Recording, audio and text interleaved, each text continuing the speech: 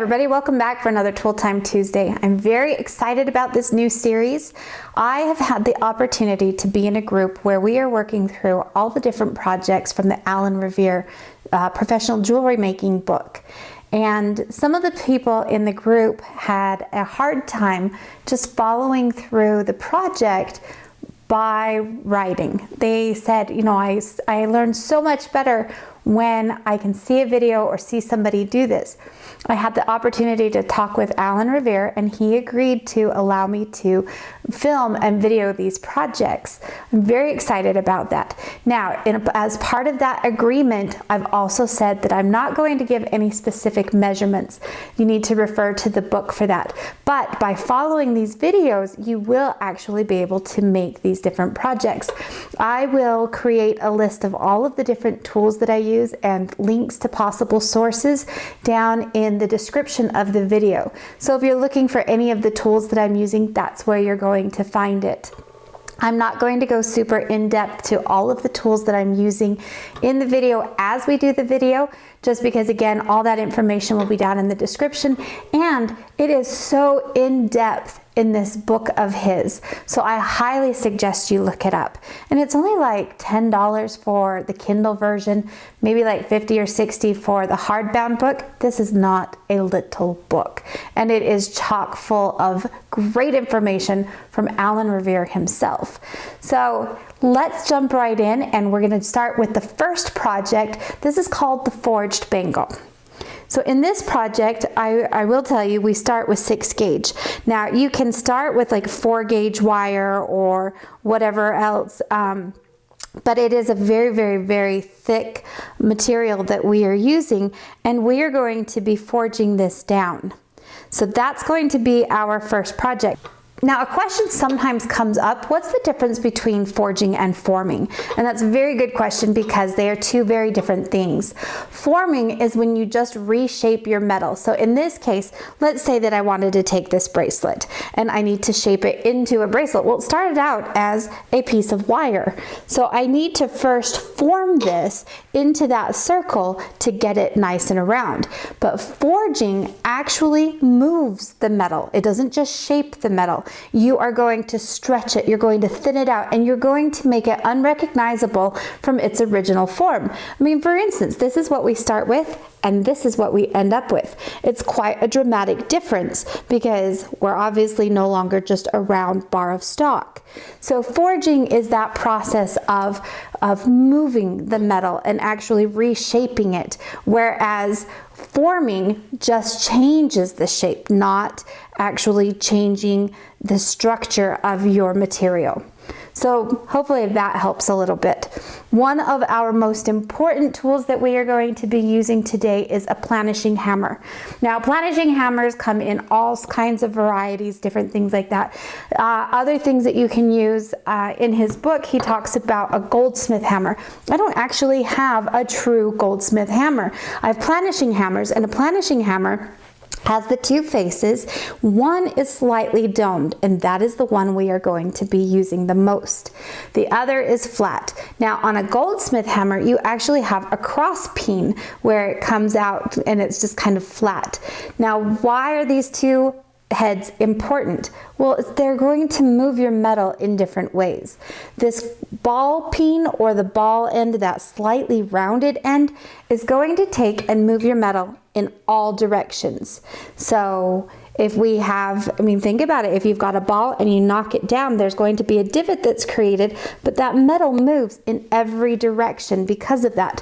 Whereas if I have a cross peen and I come down like this, then my metal only moves to the front and to the back of that hammer strike. So you need to have a hammer that does have that slightly rounded face to it. And some people are going to use modified hammers. I saw that some people will modify just a regular ball peen hammer and use that. You want to have a good surface. The reason for a good surface is that is going to transfer to your metal as you are doing the forging. So if you've got dents and divots and dings in your hammer, then you can expect to have those same dents, dings, and divots in your finished piece. So pay attention to how your metal is reacting to your hammer. Check your hammer face and see if it needs to be dressed. First things first, we need to get our bar cut to size. Now again, when I'm working with 6 gauge or 4 gauge or whatever, this is really heavy stuff. So you might want to use a jeweler's saw to cut it. You might have different shears. One of the things that I do have in the studio, because I buy my big old stock like this in a 25-foot roll from like Home Depot or Lowe's or some of your big electrical supply places or plumbing, whatever, because I believe it's just a grounding wire. And what you've got to do is cut it off of that coil to begin with. I have a pair of Lindstroms here. This is the TRX 8180. This guy is a bad boy. He does amazing with really thick stuff. But what's going to happen is I'm going to have a pinched edge. Now I've already marked what size I need my wire cut to. So I'm just going to cut down these ends. I wanted to show you how well this works, this particular pair of pliers. And I don't usually do it single-handedly either. I have really strong hands, but this one's kind of calling for 2 hands. So you want to be very cautious about when your metal flies off. Here you can see I've got that mark. I'm going to come just to the side of it so that I don't cut right on it, because I am going to have that pinched edge. So, all right. See, this takes 2 hands for me, but I don't want that metal to go flying either.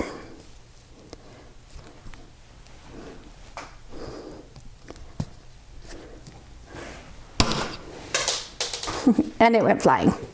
But I now have my wire cut to length. What I need to do now is file this so that both of my ends are flat, and I will be able to bring them together and have them match up. So I'm going to use my vise, or not my vise, my bench pin here, and a file with a fairly toothy cut. This is like a, I don't know, just like a regular file from Home Depot. It's probably their finest one, but it's got a really good tooth, so it's more like a cut 0 type of thing. It's going to remove metal very, very quickly. And I want to get that surface, that top surface, filed nice and flush. I like to rotate this around a little bit so that I can make sure that I don't have like a heavy hand in one direction, making it so that I still have a tilted edge or anything like that. Once I am happy with the face of this wire, I'm going to turn it around and repeat that process.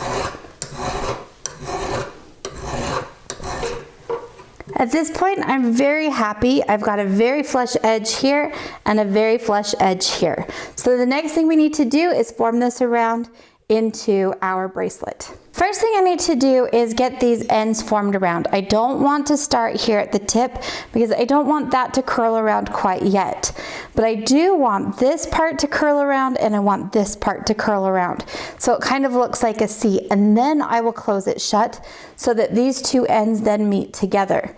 It helps if you have a dead blow hammer. The dead blows are kind of nice because they're weighted inside. There's like some lead shot or something like that, and it prevents it from bouncing back. Like there's just no bounce to these hammers. And so that's what we want to see. Ideally, I have a round bracelet mandrel mounted into a vise. However, because of my video setup, that's really not possible with this particular piece. So we're going to attempt to do this just a little differently with it sitting on a big, thick urethane pad that I have, and I hope that it works well.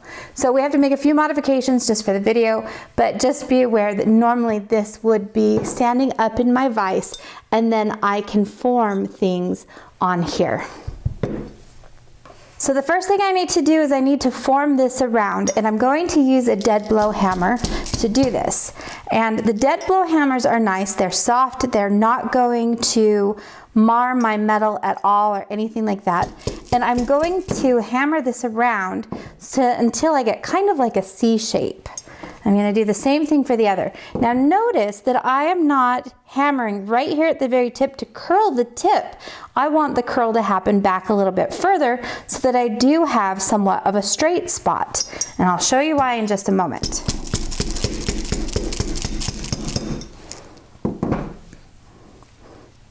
And I'm just going to use my hands to bend this around a little bit. I'm going to put it back into, or on my bracelet mandrel, and I'm going to do it so that it's at a much smaller spot than what I want the actual size of my bracelet to be. And again, I'm going to hammer this down and around. I'm going to flip over to the other side and do the same. Now ideally, I want these two ends right here to come down so that they are straight together, so that then I can solder the two together. So I might need to move this down a little bit on my bracelet mandrel and reshape again until I get these two where they are actually facing each other just a little bit better. So it's something that you're just going to have to work with. And my difficulties are a lot because I'm working on a moving mandrel, not one that is mounted in my vise like I am used to.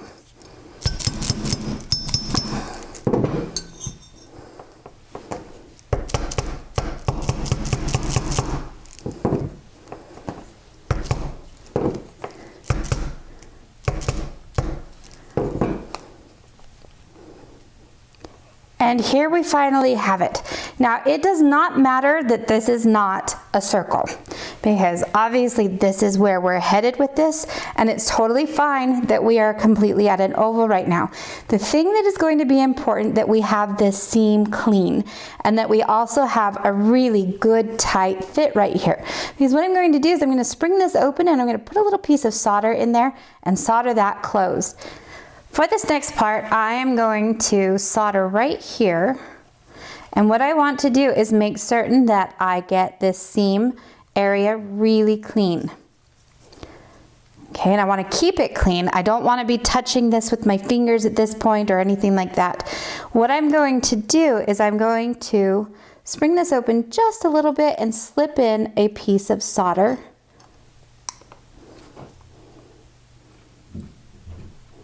Like so. Now, you have a couple of options when you are doing this. You could actually set this onto your board and solder it this way. You could do a charcoal block, whatever. But because I'm working with such a massive amount of copper in this piece, or even silver, silver is also going to conduct that heat really well. Now, because our metal is so massive, it's a huge heat sink. And what we want to do is bring everything up to temperature all at the same time. So I like to bury my pieces into a pumice.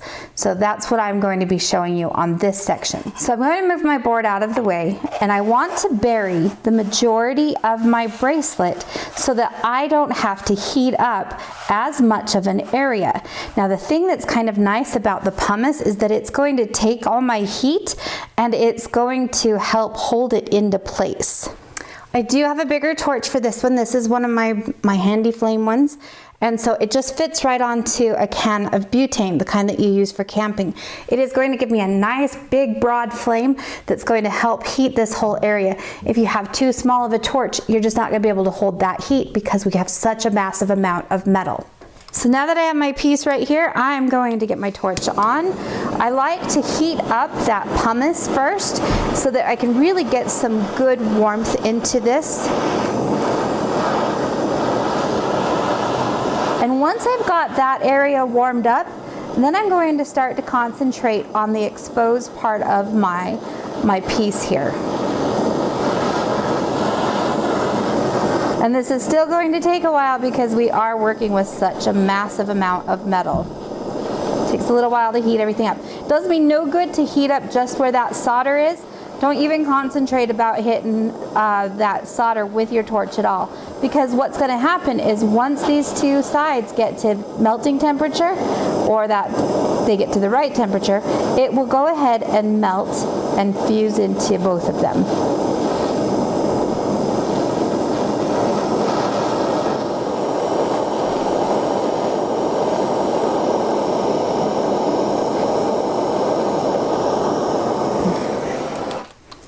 All right, and I watched for that little band of silver to flash right there, and we are now soldered. I'm gonna clean this up, pickle it, and we'll come back to the forming process.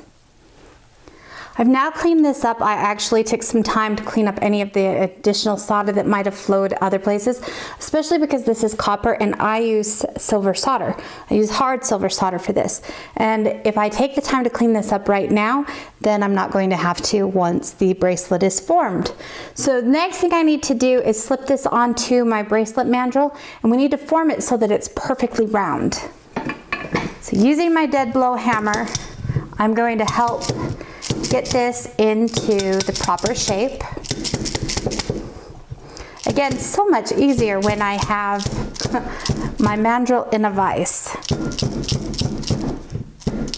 I saw on one of the groups that somebody created a holder for their mandrel, and so it would sit like this. I need to create one of those, but I didn't have time, so it's not there yet. So now that I have this into a perfect circle, I want to make sure that it's flat. So I'm going to just take a bench block and just make sure that I hammer this down flat. I can see that I have just a little bit of a wobble to this, so that does tell me that I'm not perfectly flat. So again, just using this dead blow hammer to do this is going to ensure that I've got a nice, flat, even piece. Nice spot there. Okay, I think we are now good. The next step is we're going to find the center of this and find and mark our 4 corners. So here I've just taken a piece of graph paper, marked everything out. You want your seam to kind of sit at this, what's that, like maybe the 2 o'clock position on here. That way we're not forging anything major at that point. So you want to make sure that you're not on one of your corners. What I'm going to do is I'm going to mark each of my corners just with a Sharpie.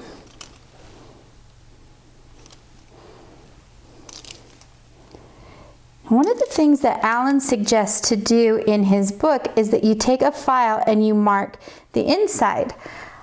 I actually like to create just a little mark on the outside so that I can visually see as I'm forging this where I need to go to. Now the Sharpie works great as well, but when you go to anneal this, it is going to come off.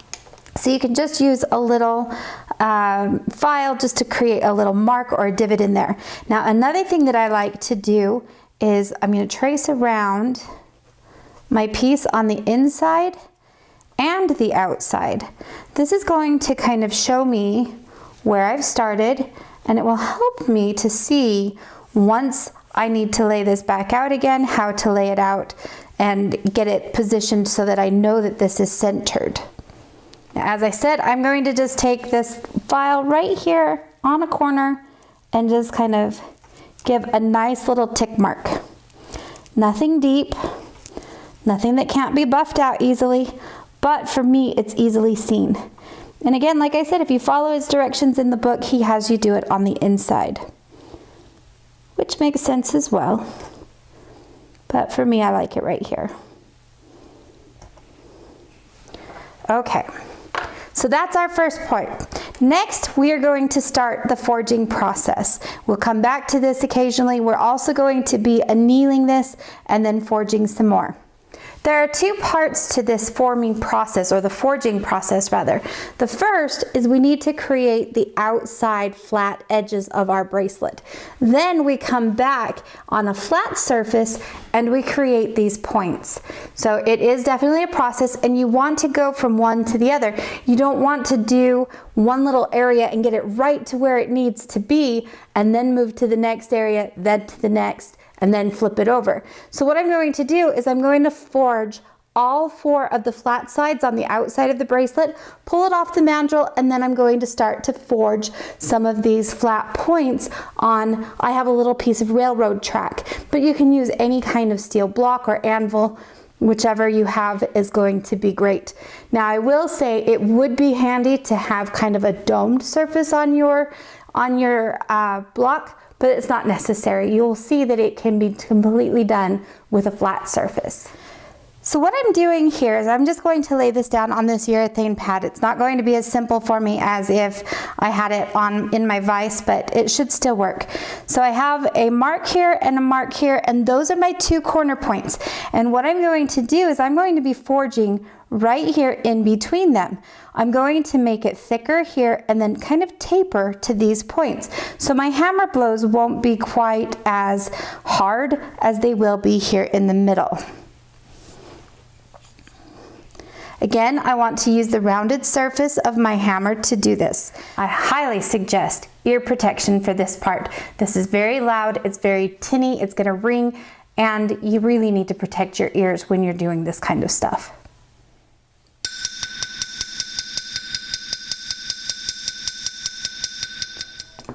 One thing you might find necessary is that you'll have to take this off and turn it over on your bracelet mandrel, so that way we don't have any kind of tilting happening with this particular piece.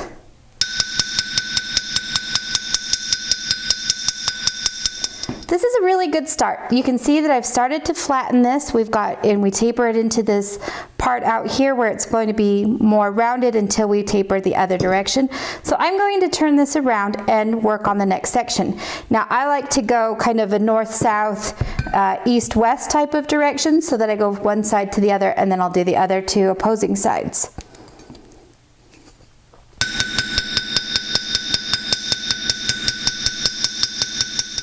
You may have to push this down on your mandrel as it stretches.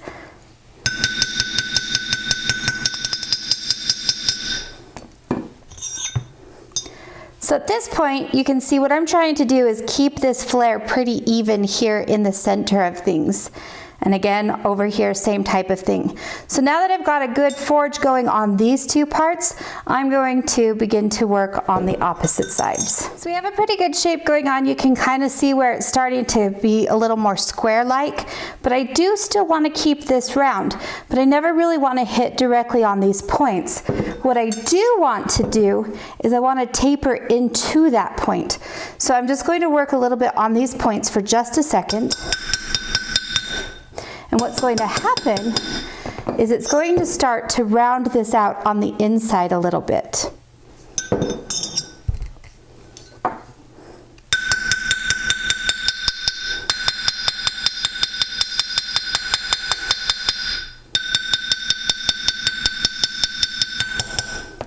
I want my hammer blows to be just a little lighter as I come up to these points. I don't want to forge it down flat like I have here at these sections.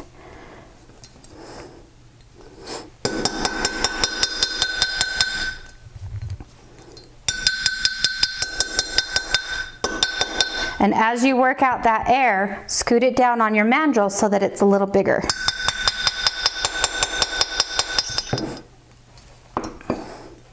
Now when I look at this, I definitely have 4 corners to this, and I have flat spots here, here, and here, but the inside of my bracelet is perfectly round, and that's what I want to see. For the second part of this, I'm going to pull in this. In my case, it's a part of a railroad track, and that's what I'm going to use on my anvil. But again, you can use bench blocks, however you want to do this. I'm going to hold this, and again, I'm going to work with that cross or the ball peen section of my hammer, and I'm just going to forge out this area now.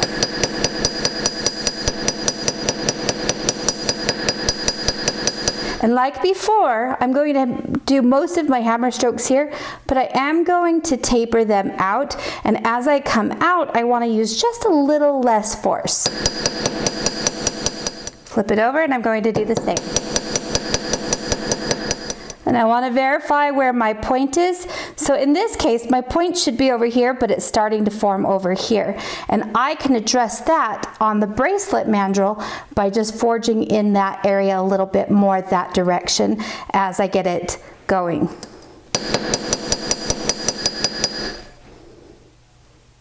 And now we're starting to get it back to where it needs to be.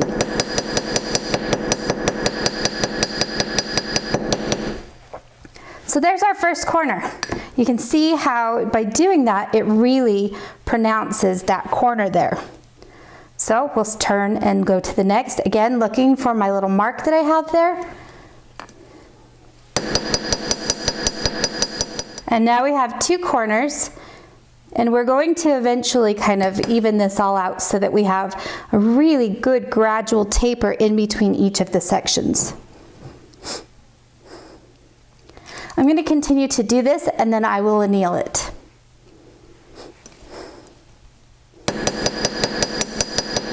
So here's my first pass. There's a few different things that I can see. I have more of a taper here than I do over here, so that's going to need to be addressed a little bit. Same type of thing here.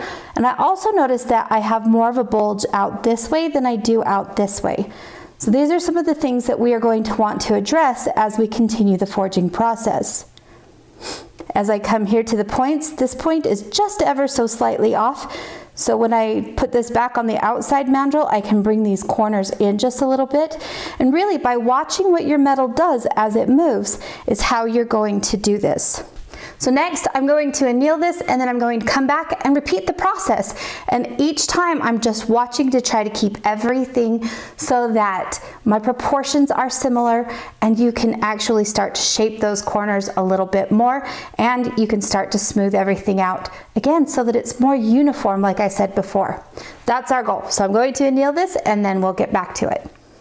You want to continually come back after you've done a forging round and annealing to come back onto our grid here and just see how things are laying out. So you can see that I have some thicker areas. I can also see that this area right here on this corner, it's hard to tell on the video, but I don't have it forged out the same distance on each of these. Plus this one kind of comes up, so I still have a thicker area here that I need to address. So you want to be able to bring it back to this occasionally. And because I drew this line on here before, you can see how much already I've begun to stretch this metal. So now we're going to go back again for round 2. If I have any problem areas, I would just take my Sharpie, mark them at this point to wherever they are. One thing I am going to do is come back in and mark again where my corners should be. That gives me a visual spot of where I need to try to bring the metal to. And we're ready to go again. So I want to look at it from this direction as well. I can see where I've got some gaps. I can also see where I've got some thicker spots and some that are not. So in this case right here, I don't know if you guys can see that or not. It's really, really thick here and really thick here. And then I've just got a small little area that's forged out. So I want to kind of even that out. Let's see if I can do this so you guys can see what I'm doing.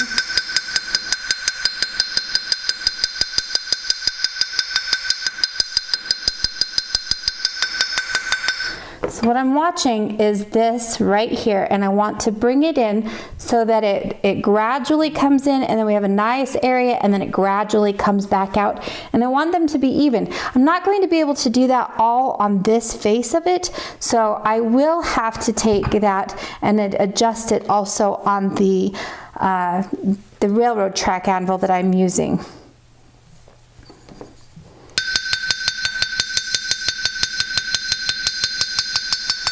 I also want to watch the uniform thickness of this as it comes down. Obviously my widest part should be right in the middle of that.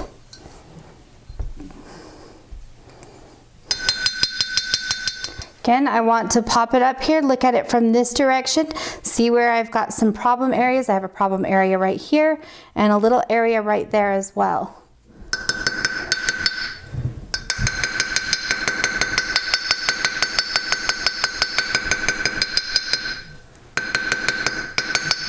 Now here, I can see that my corner is here, but my bulge is over here. So what I need to do is just kind of bring that over a little bit by forging this in.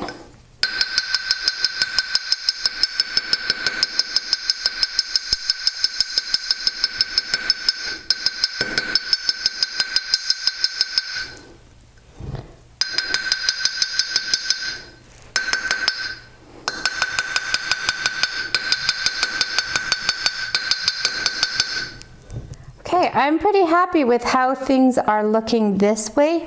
So next I'm going to pull this off. Notice that we have that beautiful round inside, and that's a great thing to see. Next, we want to bring in our anvil. Again, we're going to work on these cornered points.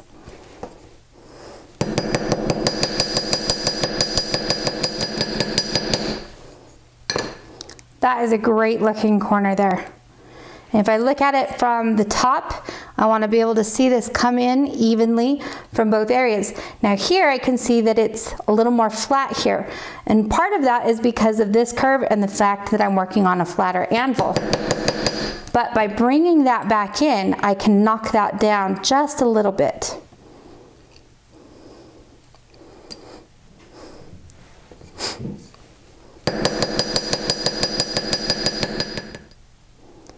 Again, I'm going to test it here on my graph paper, test to see how everything is.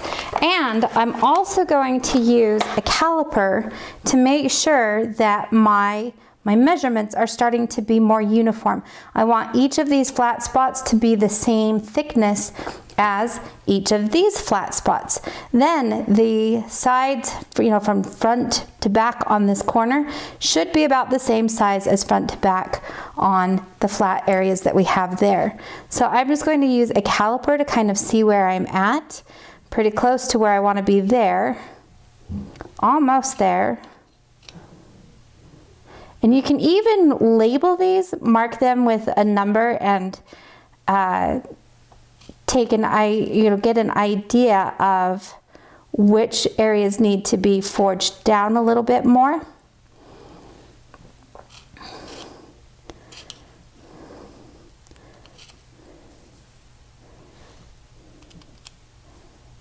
So at this point, I'm 2.5 millimeters thick on some of these, and I want them to all be uniform. And there are some measurements that Revere does suggest. So this one's 2.68. So I can see that I still have a really thick area on this one. And maybe I make a mark on that or something like that so that I know that this is one of my areas that I need to address. And so I would just continue to do that as I go through my piece, and I'm going to just keep double checking all of these measurements until I hit that desired area. So once again, I'm going to anneal this, pickle it, and I'm going to do at least a third round of this. I think I'm close enough that with the next round of planishing, I should be able to get that. So with our last round of forging, we now have a bangle. So here's my original, here's this one. And what I did on this one was I actually sharpened these corners a little bit. Now to sharpen those corners, what you do is you put that back on your mandrel just like so, and you want to hammer into these points. So you'll see that I've marked this. And what I want is I want it to be nice and even everywhere. So I just kind of watch as I hammer this way. And you can see that metal kind of come in and compress. And I want to compress it so that it's the same on each. And you can easily get rid of those ripples. And this does not take a lot of force at this point where I'm just trying to kind of even those out. So you don't want to do it too hard or else you're going to end up stretching your metal. But I do want it to be even. And by doing it this way, again, I'm never hitting right on that point. I just keep coming like this until they meet by themselves. And that gives me that nice, beautiful corner. And now we have our bangle. So like I said, I would just clean this up and you're ready to go. So I hope that helps you better understand the project that is in that book. So again, check out Revere's Professional Jewelry Making. Like I said, I do have links to the tools that I use as well as the book itself. It's definitely worth your while to check this out. It's great because it takes you from a very beginner project all the way through very, very advanced. So I may attempt videos on all of the projects. We'll have to see if I can perfect them first because there are certainly techniques in there that are new to me and I'm looking very forward to learning those and sharing them with you. As always, please subscribe, give me a thumbs up if you like this video. Make sure to mark those notifications so that you get a notification when I do new videos. Thank you so much and I will see you guys next week.